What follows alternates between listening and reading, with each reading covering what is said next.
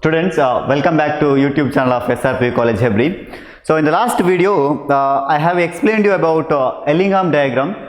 So I also told you that in the coming videos, we will be discussing about the applications of Ellingham diagram. So we are going to discuss about three applications of Ellingham diagram. So out of three, the first one is the extraction of iron from its oxides. So as we know, the iron ore, it is majorly it is from hematite and magnetite. So both are oxides ore. So that is the iron is combined with the oxygen. So as you can see here, Fe2O3 and Fe3O4. So these are the oxide ores of iron. So in this class we will be discussing how we can purify or how we can get pure iron from this ore. So as we have studied in the previous classes, so concentration of this oxide ores are the first step in this. So after this concentration, the mixture of oxides of iron, that is Fe2O3 and Fe3O4, is subjected to calcination and roasting. So in the calcination and roasting process, we are going to remove the water content and oxidization of this carbonates, whatever the presents, or sulfides. So converting the sulfide ores into oxide ores. Okay, so these are the major steps in this calcination and roasting. So after this calcination and roasting, so we will be mixing these Fe2O3 and Fe3O4, mixture of these two with the limestone and coke, and fed to the blast furnace from its top. So as you can see in this diagram, this is the diagram of blast furnace. So in this blast furnace, we are going to purify, or we are going to get the pure iron metal. So after the calcination and roasting, the ore is mixed with the limestone as well as coke. So ore, limestone and coke. So these three, ore, limestone and coke, are fed from the top to this blast furnace. So from here you can see when you add these three, so it will come down here. So I have written different temperatures here. So in this blast furnace, so at different regions we have different temperatures. So at different temperatures, different kind of reactions are occurring. So that I will explain you. Before that, once you fed this ore, limestone and coke in this blast furnace, so at the very first, at this region where the temperature is only 500 to 800 Kelvin, so it is only 500 to 800 Kelvin. That means at the very beginning, okay, the calcium carbonate, that is nothing but limestone, is going to convert into calcium oxide and carbon dioxide. Okay, the limestone or the calcium carbonate will be converting into calcium oxide and carbon dioxide, and this Fe2O3, which is present in this ore at this point or in this region, it combines with the carbon monoxide. So carbon monoxide, I have told you here, coke is there. So coke will also come. So this coke will react with the carbon dioxide. So I have written here. So it will be converted into carbon monoxide. So that carbon monoxide will react with this Fe2O3. So now it is converted into Fe3O4 plus carbon dioxide.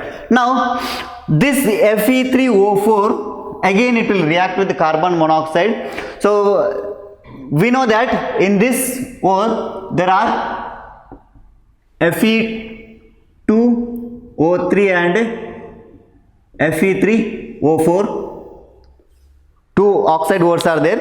Now out of these two, the first one, that is Fe2O3, is converted into Fe3O4. So now we have only this Fe3O4 only.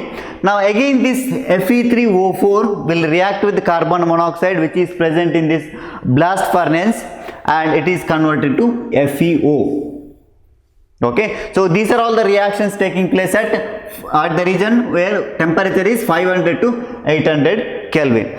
Now as this mixture or the whatever we have added to from the top, it will come down. So at the region of this 900 to 1500 Kelvin, this FeO, which is Fe3O4 is converted to FeO, that will again it will come down. So at the region of 900 to 1500 Kelvin, the FeO will react with carbon monoxide and gives iron and carbon dioxide.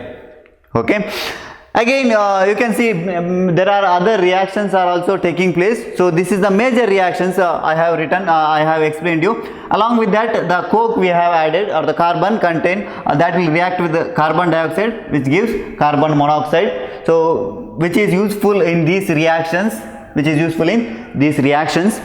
Now also we have added the limestone here. So at the 500 or 800 Kelvin, in that region, that limestone is converted into calcium oxide, CaO. Now that will react with the SiO2 which is present in the ore.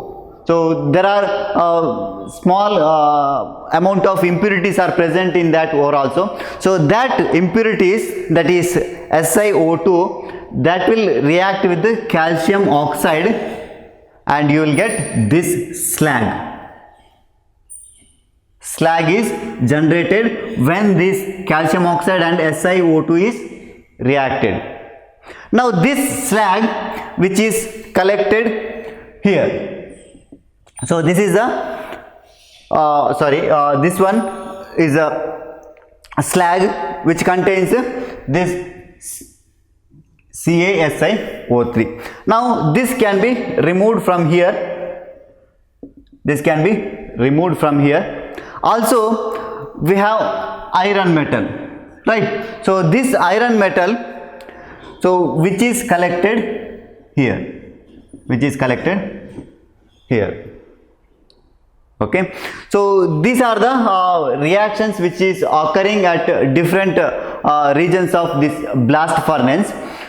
So at the very beginning we are adding ore, limestone and coke from the top, and when these ore, limestone and coke are coming down in this blast furnace, at the very beginning the temperature is very low because we are supplying blast of air and oxygen to increase the temperature. So from here, as it goes up, the temperature will come down. So here the temperature is very high. So this blast furnace can withstand temperature up to 2400 Kelvin or 2500 Kelvin. Up to this much temperature can be withstand by this blast furnace. So at here the temperature is very high. As we go up, the temperature will be lesser. Now at the beginning, that is at 500 to 800 Kelvin temperature, these reactions will occur. The limestone is added, that will be converted into calcium oxide and carbon dioxide, and the Fe2O3, oxides of iron which is present in the ore, is converted into FeO. So every oxide which is present in that ore is converted into FeO. Now after this region ends, so at the 900 or 1500 Kelvin, when these mixture comes to this region 900 Kelvin and 1500 Kelvin, these FeO will react with the carbon monoxide and gives iron metal, and that iron metal can be obtained from here at the end. Okay, so this is a process of getting iron. Still this iron which we are getting from this blast furnace is not the pure one, so it should be purified again. So the iron obtained from the blast furnace contains 4% of carbon. So where we have added carbon? So the carbon we have added during this process, which is in the form of coke, I have written here. So that carbon still remains in this iron which we get here. So that iron, the carbon and some other small amount of impurities, maybe sulfur, phosphorus, silicon or manganese, that should be removed from that iron. So this iron which we are directly getting from the blast furnace is called as pig iron. It is called as pig iron. So in this pig iron there are impurities, 4% of carbon and many impurities in the smaller amounts like sulfur, phosphorus, silicon and manganese. Okay. Now by melting the pig iron is a iron obtained from this blast furnace. So by melting the pig iron with the scrap iron, so which is already obtained iron, and coke using hot air blast, it is converted into cast iron. So it is converted into cast iron.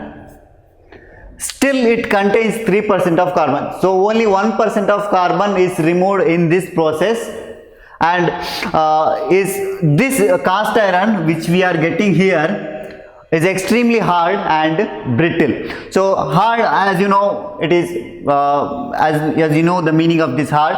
So brittle is nothing but it can, even though it is very hard, it can be broken into small pieces, okay, very easily. So this cast iron is extremely hard and brittle. So after this we still need to remove the carbon content present in this cast iron. So for that we are oxidizing this cast iron in reverberatory furnace lined with hematite.